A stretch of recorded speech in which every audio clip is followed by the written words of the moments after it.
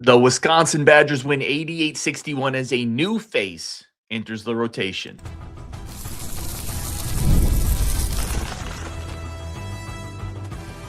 You are Locked On Badgers, your daily podcast on the Wisconsin Badgers. Part of the Locked On Podcast Network, your team every day. What is going on, Badger fans? Welcome to Locked On Badgers, your team every single day, part of the Locked On Podcast Network, the #1 sports podcast network, brought to you today by FanDuel. If you want to be right in the middle of the action this season, visit FanDuel.com. Place your live NFL bets all season long. Today's episode, your thoughts, some truths about this team. So we're going to talk about this 88-61 win over Central Michigan against an overmatched foe. We're not going to make too much out of it. There's good things here. I want to talk about Zack Kinzinger. I want to talk about Garlock. I want to talk about Rapp. I want to talk about John Blackwell. There's good things here. But we're also going to take some time today and talk about some truths about this team. I asked you in the Discord, Christmas break, holiday break, what are some truths that you think about this Wisconsin Badgers basketball team that you're willing to plant your flag in, good or bad, player or team? And in the chat, let us know. There were some truths that you are confident about with this team. But we are going to talk about this win. The Badgers get a much-needed win. Again, not a great opponent, but it is always good to win, especially heading into Christmas. This is awesome. It's a good day for me. Come on in here, buddy. Get up on that line. So a couple things with this. John Blackwell doesn't play today. Something minor. I got to be honest, this feels like a moment where Greg Gard might have internally, I don't know if this is true, but internally said, you might need a break just to sit and watch a little bit. I'm not saying we're not better without John Blackwell. Don't mistake what I'm saying. We are not better whatsoever without John Blackwell. But it just felt like the ball popped a little more. We had a comment in here too from Thomas Miller. Team seemed to play better with Boyd on the bench. Ball is popping instead of pounding the dribble. Again, this team is not better without John Blackwell by any stretch. But it did feel like the ball movement was a little bit better. And maybe Blackwell getting a little bit of a break. He can come back and he can re-energize because he's an incredibly talented player offensively, and this team needs him. But they need all these pieces to play a little bit better together. In his stead, Hayden Jones got his first start. I thought Hayden Jones looked good. He looks solid. He's still learning this thing, but there's an upside with him because of his frame. So he gets to start, plays 24 minutes. A really nice game, Zack Kinzinger. Let's talk about Zach kind of entering the fold, true freshman. They thought he was potentially going to be a redshirt guy, but I think when you look at this team, you look at the lack of bench scoring, you look at an Austin Rapp who was good today, but Austin Rapp who has struggled shooting the ball. You look at a team with some minor injuries to Braden Carrington and John Blackwell. You got to play Kins. You got to take the do not disturb sign off Zack Kinzinger. And I thought he looked good. Somebody asked me, what did he look like today? I responded with steady. He had a couple shots. He missed a couple shots, but every shot he took was in rhythm.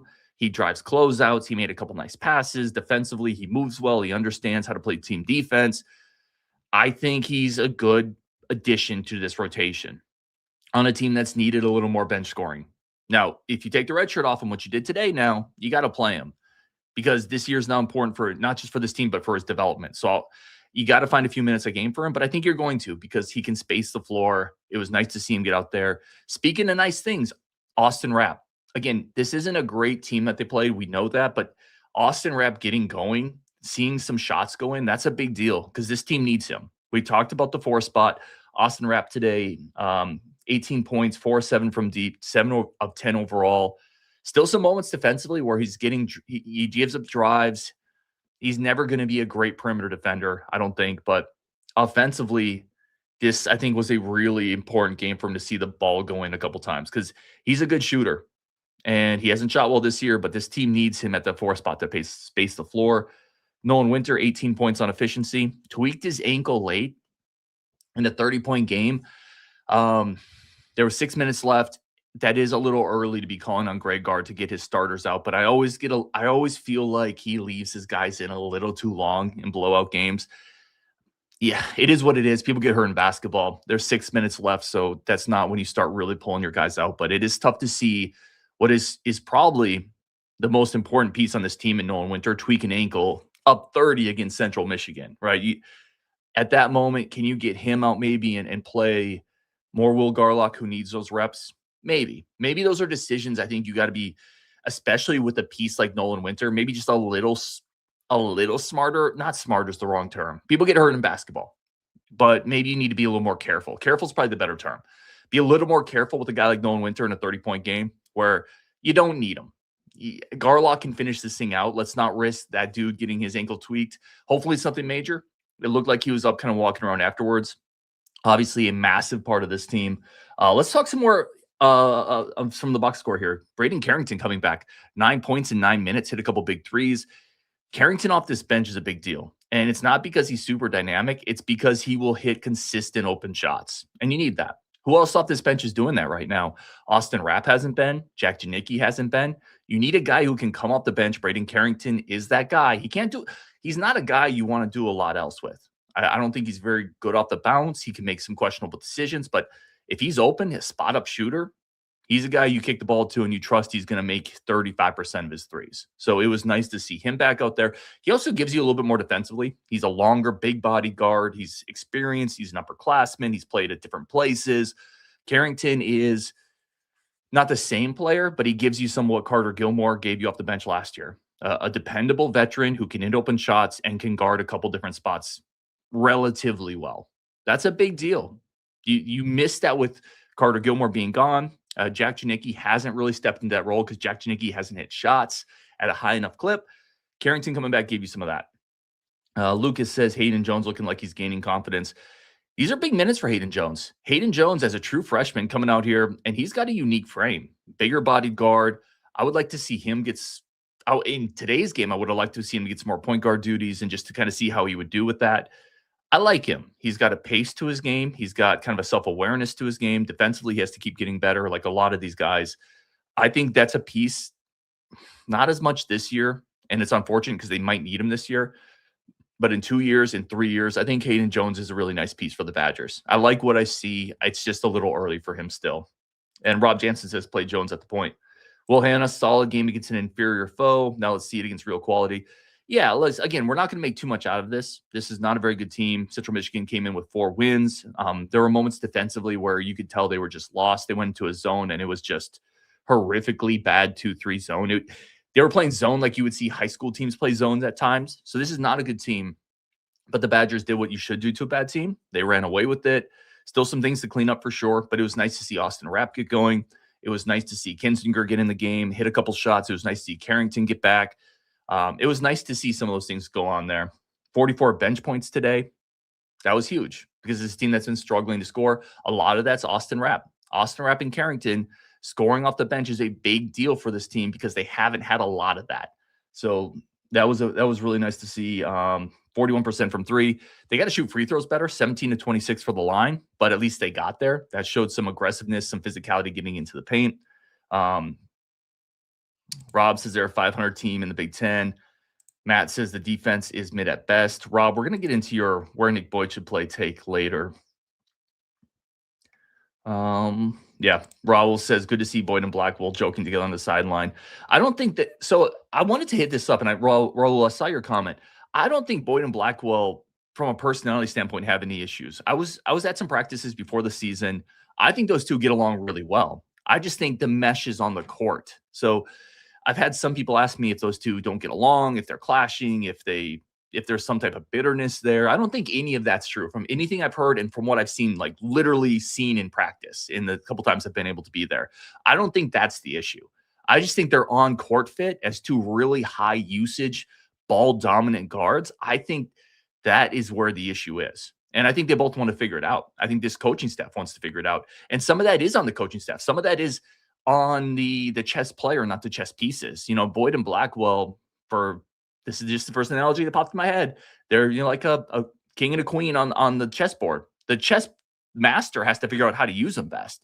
And I think this is someone on Coach Guard and on the staff. How do you best use and deploy these two really ball dominant guards so they're both attacking, they're both playing off each other, they're both engaged, they're both moving, the offense is flowing around them. I think that's the problem. I don't think there's any personality issue between the two of them personally. Okay, let's pause here. We're going to come back. some of your takes, some truths about this team. We have a lot to talk about. That's coming up next on Locked On Badgers. First, a quick second for our good friends of the show. And a quick second, as always, say thank you for tuning into Locked On Badgers. Today's episode brought to you by our really, really good friends over at FanDuel. The NFL season moves quickly. It moves fast. And one big play, suddenly everything changes. And that's what makes live betting with FanDuel so exciting. You're not just watching the game, you're reacting to it in real time. With FanDuel, you can place live bets as the action unfolds. Every drive, every momentum swing, every highlight moment. Live betting is best when the game starts to shift, the receiver gets hot, the defense tightens up, or the momentum flips after a turnover. FanDuel lets you jump into those moments. The live spreads adjust as the game goes. So as your team gets hot or cold, those live spreads adjust. The player props heat up as your players heat up. It lets you be in those moments, which as a fan is what this is all about. Right now, the next touchdown you could bet on, the next drive, the next result. You can get locked into every snap, every drive, every possibility. So if you want to be right in the middle of the action this season, visit FanDuel.com, place your live NFL bets all season long. FanDuel, the game moves fast, and so can you. Again, thanks to our good friends over at FanDuel. Okay, let's come back into this. But first, let's start with a bit of housekeeping. So let's bring this up here. Look at this. Full-size Melvin Gordon, Flash Gordon inscribed helmet. If you guys haven't seen, tomorrow we are doing, I think it's our 4th annual live Locked On Badgers thank you community giveaway show. We do this every Christmas, right? Where we have a bunch of gifts. You can see some more of them are behind me back there. There's another, a really cool Wisconsin bottle opener. There's an engraved stadium thing. There's an amazing Badgers blanket. There's a Bo Ryan signature, like autographed picture we're giving away this year. There's a couple helmets. There's mugs. I think we have like 15, maybe more gifts this year that we're giving away live tomorrow, 9 Central. And it's just a way to say thank you. That's it. There's no cost. I pay the shipping. I ship it to you after the holidays. It's completely free. Just come and hang out, 9 Central. There'll be some fun guests coming on. Maybe we'll get a Coach Gothier or a Brian Smith to jump on the show. Rajiv will be there. Justin will be there. I'll be there. And it's just, again, a way to say thank you. So live trivia. If you want to win the gifts, you come, you show up. We bring trivia questions, name this Badger, famous clips, and you have to name the player off the clip, all this kind of stuff. You show up, answer the questions, and then you win free Badger swag. And again, it's my way of saying thank you so much for being a part of this community, for supporting the show, for contributing comments, suggestions, being in Discord. Honestly, thank you for allowing me to be part of this community, because that's what this always is. It's our community. It's something that's we built together, and we have a lot of stuff to give you to say thank you. And I wish I could give everybody something. Like my NIL bag don't roll that deep, unfortunately. But we do have a lot of good gifts tomorrow. It's always fun. It's one of my favorite shows of the year. So a Locked On Badgers live giveaway. Jump on tomorrow. There'll be some really fun guests, gifts, trivia. It's always a good time. Okay. With that said, let's get into player of the game. For me, it's Nolan Winter. And this is one of my truths. Again, we're going to talk about truths of this team. And I've got a couple that I think I'm willing to plant my flag in. I think the truth of this team is Nolan Winter's the best player on this team.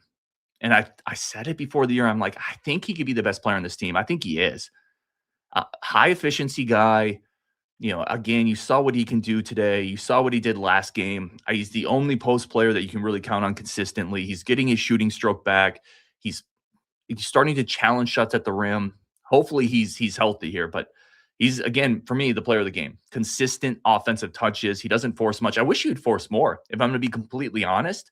I think there's a lot of moments in the game where we could go to Nolan Winter in the post and we just don't get him the ball. Now, some of that is always on the post player, because you can plant your foot down there, demand the ball a little bit more. Post players can always do that. But there are several moments in this game watching today where I'm like, gosh, we had him in the post if we wanted him. And then we'll swing the ball around and we'll kind of either settle or get something else. I think Nolan Winter's the best player on this team. Player I would like to have seen more from today, I hate to say it, man, but it's Jack Janicki. And the reason I say I hate to say it is because he gives you so much intangibles. He really works hard. He plays hard. But, man, he's got to hit more shots. He's got to give you a little more offensively, because he is one of your primary bench guys. And one of the reasons this bench has struggled this year, it has been because Janicki hasn't shot it as well as I think he's capable of. If you talk to people around the program, that's one of the better, don't take this term as a negative. It's one of the better practice shooters we have. but it just needs to translate, right? He needs to hit those shots in game. And if he does, he's a very valuable piece off the bench because defensively, he is one of your more consistent defenders. He brings energy. He's a good rebounder for his size. He has a really nice floor game. He has a strong basketball IQ. But all of that's not enough if you're just not giving anything offensively. And up to this point this year, he just hasn't shot it well enough. So I think the player you want to see more from, for me, it's Jack Janicki. Another one I would talk about, I think we're starting to learn the game of Nick Boyd, but 1 assist today. He's a scoring point guard. Nick Boyd is a scoring point guard, and it just is who he is. But you would still like to see. Rob Jansen says Boyd should play the 2. I don't think he should play the 2 because then who plays the 1, right? Is it John Blackwell? We did that last year, and Blackwell's not a natural one either. The truth of it is you have 2 scoring guards in your backcourt with Blackwell and Boyd. And Boyd doesn't need 5 or 6 or 7 assists a game. We don't need Nick Boyd to become Jason Kidd or Steve Nash or, Jonathan Taylor or Jordan Taylor, anything like that. But more than 1 assist, I think you expect more than 1 assist from Nick Boyd, which is what he had today. It's tough. It's a tough balance because I think he's at his best when he's going downhill, but I think you want a little bit more there as well. CS Reed, Rapp didn't seem to settle for threes, drove the ball some. Yeah, this was a good Rapp game. And you're right. He did get the ball inside a little bit, had a couple nice passes too. And yeah, I think every 3 he took, I felt pretty good about.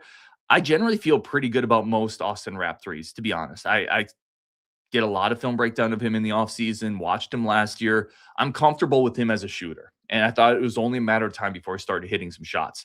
Now, you got to do it, as we talked about in the chat, as we've talked about in here, you got to do it consistently against better opponents. Hopefully that's still going to come, but it was nice to see it today. And sometimes shooters just need to see it go in, right? Sometimes you just have to splash a couple and you start feeling better about yourself. You start feeling a little less comfortable. You stop pressing. Again, we talked a lot about the jump in competition going from Portland State to Wisconsin, but there's also pressure mentally. You're going from that level of pressure to now you're a big time offseason addition for the Wisconsin Badgers. We're expecting you to come in here and be the starting 4. We spent significant NIL resources on you. That's a lot of mental pressure too. And then you start the season off in a slump. That can cascade. That can kind of stay with you. So maybe this is the type of thing he needs to break out of that. I really hope so, because this team will definitely be better with Austin Rapp hitting shots. Let's get some comments in here. Yeah, a couple questions in the chat about Kinzinger, the basketball redshirt rules. In football, you get 4 games, right, which is a great rule. You get to play 4 games, and then you burn your redshirt. In basketball, once you come in, as Robert says here, once you play a game, you lose your redshirt, which is wild, by the way.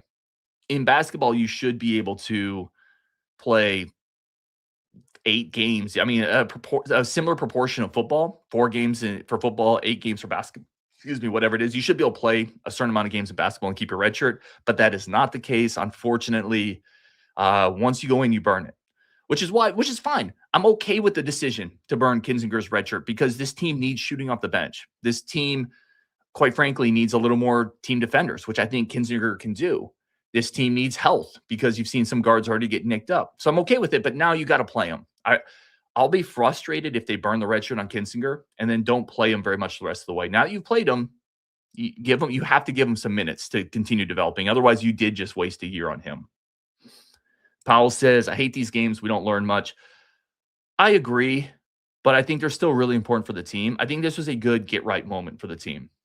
This doesn't mean the team is great. This doesn't mean anything other than that, but hitting some shots, getting a nice, comfortable win, I think is important for this team heading into the break.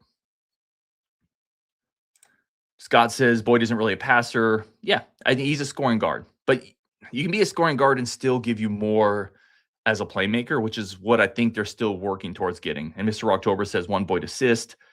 Skylar, Hayden has the Koenig pace. Headiness and size. Looks comfortable like Koenig did as a freshman.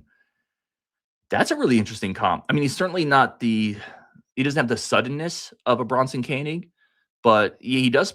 And I mentioned this earlier, and before I even saw your comment, he plays within himself. He does have his own kind of pace. So I think your comment here, Skylar, is really, really good. All right, we're going to pause here. We're going to come back, talk about some truths with this team. That's coming up next on Locked On Badgers. But first, a quick second for our friends of the show. And as always, a quick second to say Thank you for tuning in to Locked On Badgers. Thank you for being a part of this community. Today's episode brought to you by our great friends over at Game Time. The World Cup is coming back to North America. First time since 1994. 48 teams for the first time ever. It's going to be massive. But let's be honest, getting tickets is usually the hardest part. That's why Game Time app is clutch, finally giving fans a real advantage when it comes to snagging seats. Let's get together as a people. And again, tomorrow we're getting together on the Locked On Badgers community. If you want to get together with your fans, your friends, your family at games, Game Time is the way to do that. You pull up the app. The layout makes it incredibly simple. There's no hidden fees. And again, if you're trying to get those World Cup tickets, Game Time is the place to do it with price alerts, no fees. Our price includes the fees up front. There's no hidden costs, no last-second surprises at checkout. Alerts for the teams that you want to look for or the matches that you want to look for. Take the guesswork out of buying World Cup tickets. Every match, concert, and event with Game Time. Download the Game Time app, create an account. Use code LOCKEDONCollege for $20 off your first purchase. Terms to apply. Again, download the app, create the account, use code LOCKEDONCollege for $20 off. Swipe, tap, ticket, go. Game Time today. All right, let's get back into this. We got truths about this team. Things from the Discord, things that you've pulled up that you wanted to talk about. Again, if you want to join our Discord, I'm going to put the link to that up here as well. Join. Gosh, I think we have like 1,500 Badger fans at this point in the Discord. Maybe somewhere in that range. It's over 1,000, and it's free. We celebrate self-wins in there. We can talk anything Badgers. Really, it's no politics, no Gophers. It's free. It's just Badgers talk. I asked people in Discord, what are some truths about this team? Heading into this break, what are some things you're willing to say? I know this for a fact about this Badgers basketball team. Here's my first one. I think Nolan Winter's the best player on the team. Boyd has an argument for sure. Blackwell has an argument for sure. But I just think most important is Nolan Winter. The toughest to replace would be Nolan Winter. I think he's becoming the most efficient scorer on this team, starting to shoot better. Defensively, he's giving you rim protection. He's the most consistent rebounder. Feel free to disagree. All disagreements are great on this show. This is just my opinion. It doesn't make it the right one, but I think he's become the best player in this team. From Marine Matt, defensive coaching hasn't been the priority it needs to be. I think so. I saw this. I think it's more of a combination of young players and guys that traditionally haven't been defensive stoppers. I don't think they're coaching it probably any different than they did last year. But you bring in a guy like Nick Boyd, who's never been a great defensive player. Then you're relying on a lot of freshmen, Bialuskis, Garlock. Rapp's not a great defensive player. I think it's probably more that than the defensive coaching.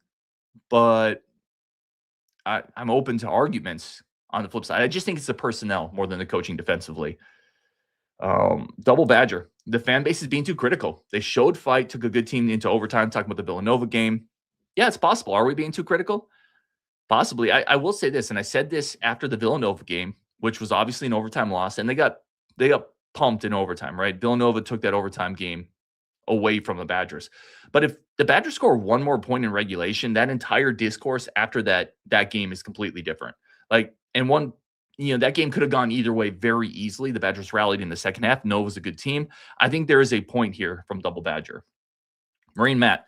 Virginia won the Natty on Kirk Penny's first year on that staff. Penny was on our staff the past 2 years. His loss is massive. I think this is a great comment from Marine Matt. Yeah, I think you lose a really talented, borderline genius type offensive coach from your staff and you don't replace him with an offensive guy.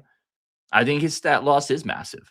And another thing I talked about, it's not that you forget how to coach this scheme. So Kirk Penny kind of helped put in this scheme, and he helped. It's not just him, right? Other coaching staff helped develop this and work with it too. And he'll put in this scheme. And it's not like you forget how to coach that once he leaves. But what you lose is some of the nuance, some of the in-game adjustments, some of the in-season adjustments. Though that's where having a guy like him on the bench would be really helpful. As this season is playing out and you're seeing maybe Nick Boyd and John Blackwell not meshing together quite the way you thought they would.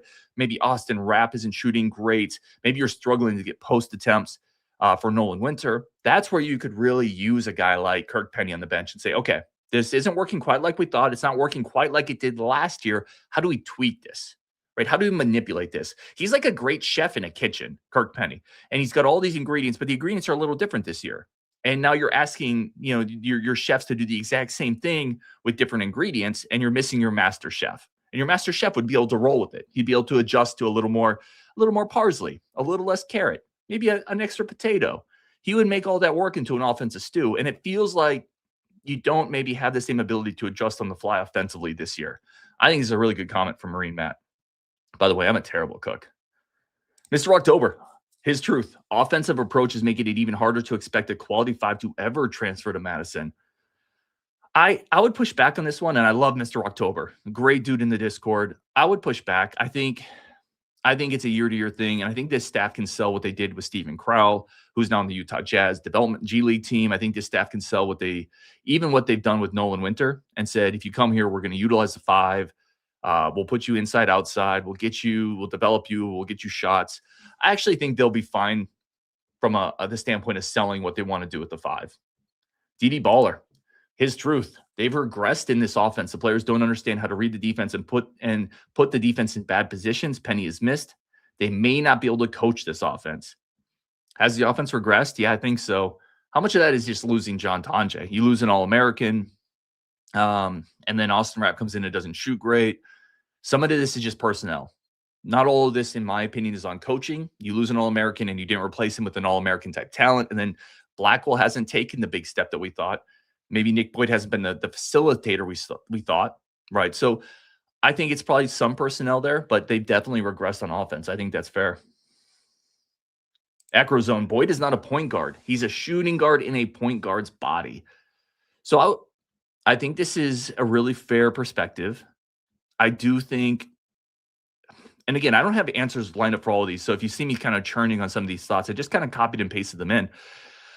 I do think he's a point guard. He's a scoring point guard, which is a thing in basketball. The way he leads the break in transition, that's a point guard. The way he can snake off a pick and roll and get himself into positions off of those type of things, that's a point guard. And he does flash really creative passing ability. He has a unique ability to find people in the pocket off a pick and roll, in the corner when he's driving. He just doesn't always look for it because I think he's a score-first point guard. So I do think he's a point guard, but it's more of a score-first point guard.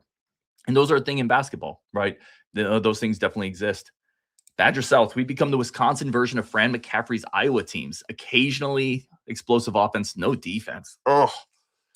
At least we don't have Fran McCaffrey on the sideline losing his mind. What an embarrassment that guy. Well, I should say what an embarrassment I thought he was to Iowa. This is the scary version of this team, right? If this is true and if this is who we've become, that's not a good thing, because those teams were never a threat to win anything serious because they could never play defense. I don't think that's not what Greg Gard wants. You could argue that's what this year's version of the team has morphed into, though, unfortunately. Badger football has a pulse. This football team will finish middle of the pack in the Big Ten and be a 7 to 10 seed. I think that's probably the ceiling, to be honest. I would love that. Get into March, rally the troops, win a couple Big Ten contests, and you go into next year and you tweak a little bit, but don't give up on this year. I think this team has the offensive ceiling to do that. How healthy they stay is a massive part because they don't have the depth to withstand injuries. And how much better can they get defensively? Can they go from where they are to decent? If they can get to middle of the pack defensively, this offense can carry them to a 7 to 10 seed, I think. But you got to get there. And in the tougher games they played this year, they haven't, right? The BYU team that, by the way, that's a good team. It's not a great team. That BYU team is really good. They're not elite. I mean, UConn beat them. There's better teams out there than BYU. And BYU took us apart. Nebraska took us apart. Nebraska's good. They're not elite, right? So can they get to okay defensively? I think that's the big key. And Nick says his truth is we're barely a tournament team, if at all. That is sad, and it might be true. All right, let's get some more of these comments here. Again, I'm not going to be able to get into all of them, and I don't have Mike behind the mic today. So if you see me going back and forth a little bit, I apologize. Go Pat Go says, agree to disagree, Ryan. I don't even know what we're disagreeing on here because I missed your comment, but put it back up. Please. Disagreements are great. That's what this show and this community is all about. We get smarter when we disagree respectfully. So let me know what we're disagreeing on, and then I'll put it up and we'll talk about it. Mitch, Boyd is incomplete because he's one-handed. He is the most left-handed guard I've ever seen in my life that plays a major role, but he is really sneaky with it. I mean, he is a little incomplete because of that, but he does an incredible job, despite being really left-handed, of getting to his left, of maneuvering himself to use it. He's still a really good player. Boyd is still a really good starting Big Ten point guard. But yeah, the lack of a right hand definitely does hurt them. Bo Dragon says no big men. I mean, Nolan Winter's a big guy. Bialuskis is a big guy, but he's a freshman. I mean, Bialuskis is going to be good 2-3 years down the road as he keeps developing. If you keep him, he's going to be a 3-4 year starter for the Badgers. But the problem is you don't have another upperclassman big man you can turn to. Could that have been Elijah Gray if you were able to keep him? Sure, that was a loss. Xavier Amos, if you're able to keep him, that would have been a nice person to be able to bring off the bench. But as you stand now, you really are missing another veteran big man that can go in and really help rebound, that can play tough post defense, that can spell Nolan Winter when he gets 3 fouls and you have to play a Michigan State or an Illinois. That's what you don't have on the bench because that can't be Austin Rapp this year. And I don't think it's Bialuskis. I think there's some Big Ten teams that are really going to hurt you this year, unfortunately, in the post. I'm scanning comments, by the way. Sorry. Thomas Miller says Rhodey at the 1. That would be interesting. Oh, go back. Go. Said disagree with Boyd being a point. Yeah, part of this is roster construction, right? Even if we were to fundamentally agree that Nick Boyd might be better off ball, who do you replace him with at the 1? I don't think it's Blackwell because I don't think Blackwell was great in that role last year. And I don't think it's Rhodey, even though I like Rhodey. I think better ball defenders, like guys that can really heat you up, will get underneath Rhodey. They'll force him back and they'll create some issues there. Could you do more in terms of share the workload at the 1 between Blackwell and Boyd? I think so. I think you could do that, and that's something I've advocated for. I would also like to involve Andrew Rhodey in more action, more pick and roll action, but I don't think he can be a true 1 for you. Badgerman says Boyd is the point. I agree. Like he's the one. He's who has to be the one. But I think you can play around a little bit with the ball distribution. Bo Draken says Merry Christmas, nerds. I love it. I absolutely love it. Giuseppe says, are you surprised Hilton is portal bound? A little football talk here. I'm not. And I'll be honest, this may be crazy and people feel free to tell me I'm coping. I'm not like crazy broken up about Eugene Hilton into the portal. You're talking about a guy who had 8 catches last year. He was a 3-star player and I liked him. Please don't misunderstand this. I really liked Eugene Hilton. I thought he was a good get. I also don't think, and I said this at the time, he's a 3-star guy because he lacks some of the elite physical tools. I don't think he's a guy you break your bank over, and I don't think that he's a guy that you lose your mind if and when he leaves the portal. He's important. I would have rather kept him. I would have rather kept him and Tretch. This team needs a bunch of receivers. I'm not saying good riddance or anything like that. I'm just not incredibly broken up about Eugene Hilton Jr. If you get the right quarterback in the portal, you're going to be fine, Eugene Hilton Jr. or not, in my opinion. I'm not trying to cope with that. I'm really not. Like I would definitely rather have him on this team. Make no mistake. Thomas Miller says Boyd is a lazy player and defense got caught multiple times in back cuts. Yeah, I saw that a couple times. Sometimes you get caught on back cuts not because you're lazy, but because you're over aggressive, because you're trying too hard, because you're not playing team defense. I know specifically one of the back cuts he got caught against today, Thomas. It was because he was just being over aggressive. He was trying to jump a passing lane. That's not always laziness. It's maybe a lack of discipline at times, which I do think is maybe a thing with Nick Boyd and is maybe a thing with his team in general. I don't know if I would call him a lazy defender, but I do think at times he lacks discipline. Badgerman Kins is the backup point. I don't hate that. I don't hate that. Kins has a really good feel for the game. He's a guy I've talked to. I've talked to his coach. I've seen him play in high school live. He's a coach's kid. His older brother is a really good Division I player who's a junior. He has a lot of intangibles to his game. Now, the ball handling, where would it be year 1? If he was playing backup point, he's probably going to get lit up a little bit, heated up by some better athletes, better defenders. But I think he has the intelligence and the IQ to grow into that. Tyler says, you can't say you don't lose sleep over Hilton when earlier today you said we have to find a way to keep Skylar Bell and Keontae Lewis. Listen, that's incredibly fair, Tyler. And I love Tyler, a guy I've met in person, great dude. No, that's incredibly fair. But I just think ultimately it comes down to the quarterback. And if you get the quarterback, it's going to sort itself out. Again, I would rather have Eugene Hilton Jr. on this roster. He was a good get. And he's got good size, and he would definitely play a role next year. I would also kind of say he's a guy that was kind of in and out after the season. I also want players that want to be here, and I think that factors into it a little bit too. But no, you're totally fair. All right, we're gonna wrap it there. Again, come join us tomorrow. Please come join us tomorrow. See if I have anything else handy for our giveaway show. We got this quick. Sorry. Another thing we're giving away tomorrow, this like really cool engraved home of the Badgers thing. I have more stuff scattered around here. I apologize. I should have done a better job of having it all ready to kind of show you what we're giving away tomorrow. But there's a ton of stuff. 9 p.m. Central Standard Time. Just come hang out. We're doing great trivia. Again, the goal is to have some really other fun guests kind of pop in and pop out. We'll talk about big takeaways for the year, do trivia, give away amazing things. And as always, thank you for being part of this community. Thank you for being on the Discord if you're there, if you're watching on YouTube, if you watch on audio, whatever it is. Thank you for allowing us to build this and building it together. And this is a great way every year to kind of wrap up the year, the season, and to say thank you. So on Wisconsin, really do appreciate every single one of you guys. And we will definitely talk tomorrow.